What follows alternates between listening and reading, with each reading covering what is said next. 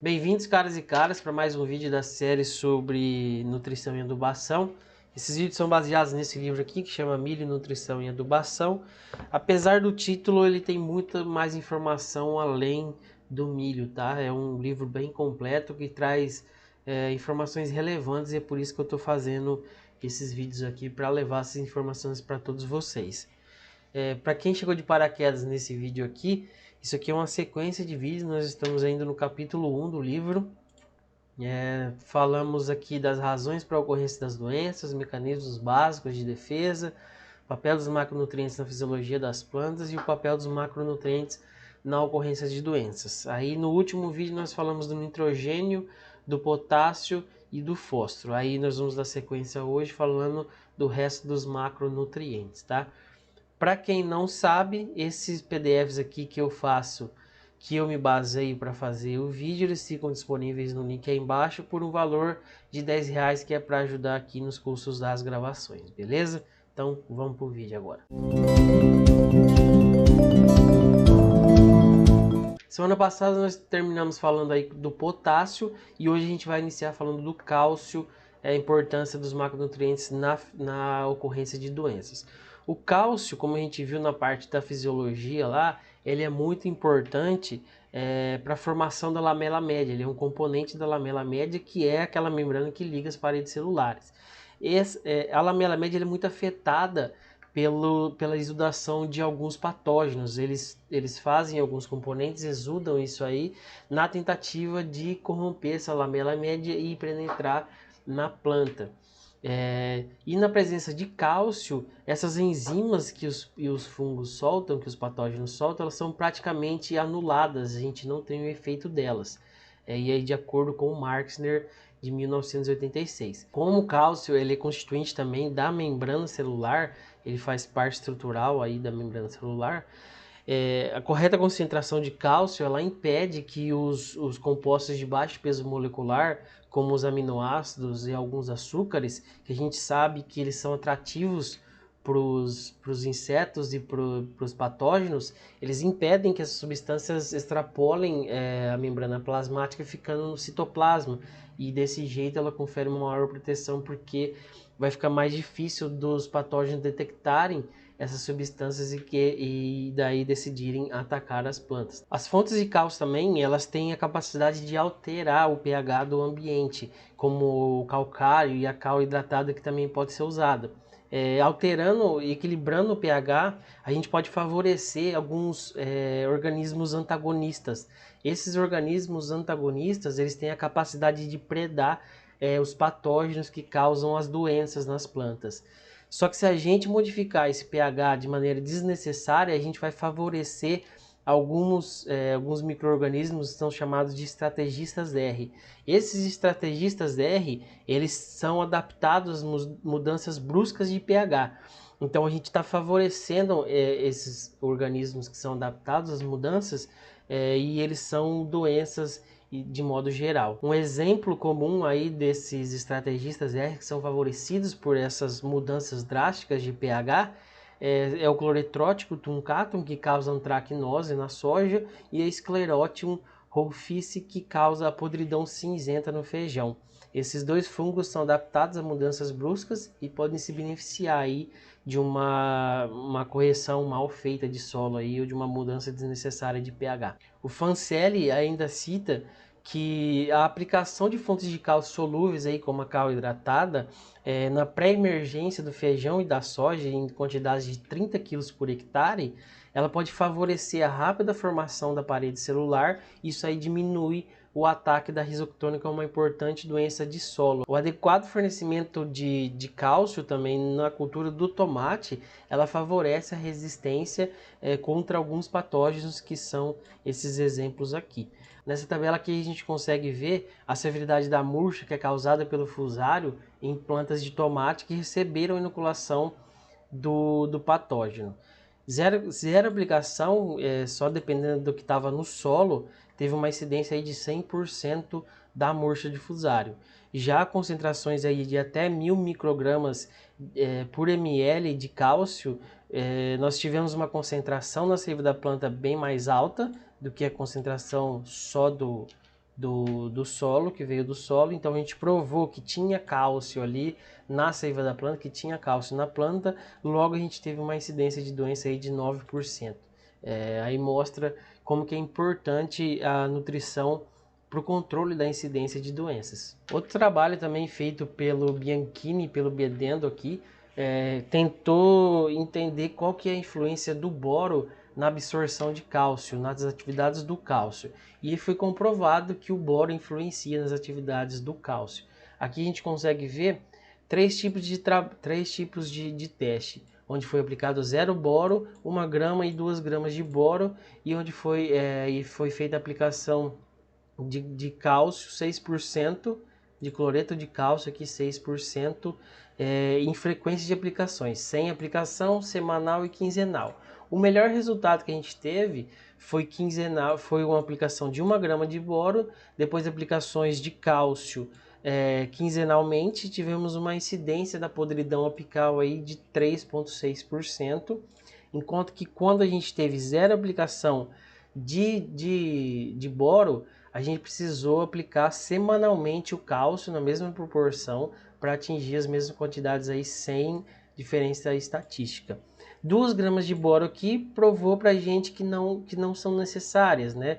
Porque a gente vai aplicar também quinzenalmente e o nosso resultado não foi estatisticamente diferente, só que ainda foi pior do que se a gente aplicasse só 1 grama de boro e depois fizesse aplicações quinzenais de cloreto de cálcio. Vale ressaltar ainda que o cálcio ele é pouco móvel via floema, então as aplicações de cálcio devem ser principalmente feitas pelo solo, para que ele possa ser absorvido pelas raízes e transportado para os tecidos vegetais via xilema. Isso não quer dizer que o cálcio não seja benéfico em aplicações foliares, tá? A gente pode fazer aplicações foliares aí dependendo das situações, mas a gente tem que entender que o grosso tem que ser feito via solo, porque a absorção, porque o transporte via floema é muito baixo, então a gente vai ter, se a gente aplicar via folha, a absorção vai ser só ali onde ele está, o efeito vai ser só ali onde ele foi aplicado. Agora nós vamos falar do magnésio. O magnésio ele tem especial importância na incidência de viroses, ele é principalmente notada que a presença dele diminui a incidência de algumas viroses. O Seeker ele fez um trabalho aí, ele conseguiu notar que a presença do vírus, que é chamado MTV, que é o mosaico do tabaco, ele é maior em plantas deficientes de magnésio. No feijoeiro a gente conseguiu notar a semelhança aí com a deficiência de magnésio, que acentuou a presença do mosaico dourado. Então, onde existe a incidência o histórico de viroses aí, de mosaico dourados ou outras viroses, seja mantido um correto fornecimento de magnésio durante todo o ciclo da cultura. E o magnésio pode ser aplicado via foliar. Só que o excesso de magnésio também é prejudicial. Ele pode afetar a absorção de cálcio, potássio e manganês. Ele pode causar um desequilíbrio que favorece alguns fungos do gênero aí, que a gente pode citar Rhizoctonia, o Phytium, a Cercospora e a Diplódia. O enxofre ele também é capaz de reduzir o pH e isso pode proporcionar ambientes inóspitos para alguns fungos aí, como no caso o fungo que causa a sarna na batateira.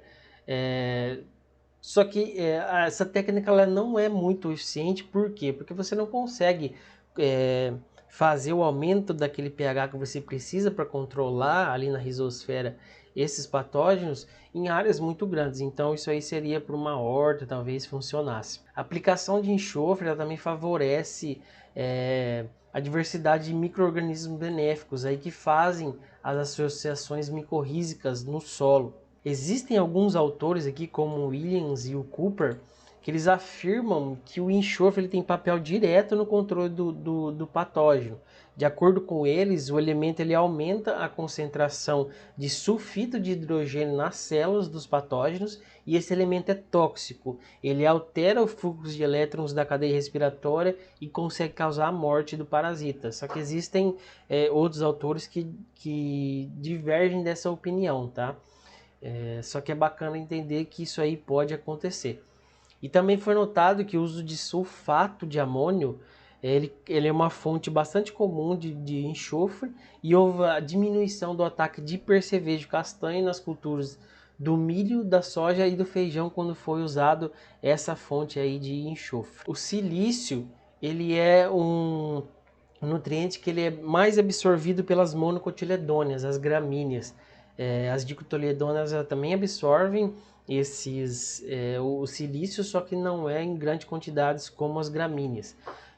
Um trabalho que feito por Corrales mostrou que as plantas de milho sem o enxofre cresceram cerca de 1 centímetro a menos do que plantas tratadas onde havia a presença de silício. Também quando ele está presente ali na solução do solo, ele consegue aumentar a quantidade de fósforo presentes na raiz. Isso tem por consequência aumentar o volume radicular e melhorar a absorção de nutrientes das plantas. A quantidade de silício também presente nas paredes celulares da epiderme e do córtex das raízes, ele é um fator determinante para a resistência contra invasores. Se houver pouca disponibilidade do elemento, as raízes elas podem se tornar mais suscetíveis ao ataque. Outro benefício do uso de silício é que ele aumenta a concentração de ácidos orgânicos nos tecidos vegetais.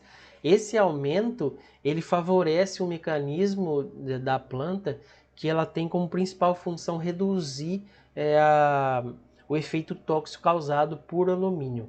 O Martner ele fez um trabalho em plantas de arroz e ele conseguiu provar que o silício, quando ele está impregnado na parede celular, quando ele está presente na parede celular, ele diminui a incidência da brusone.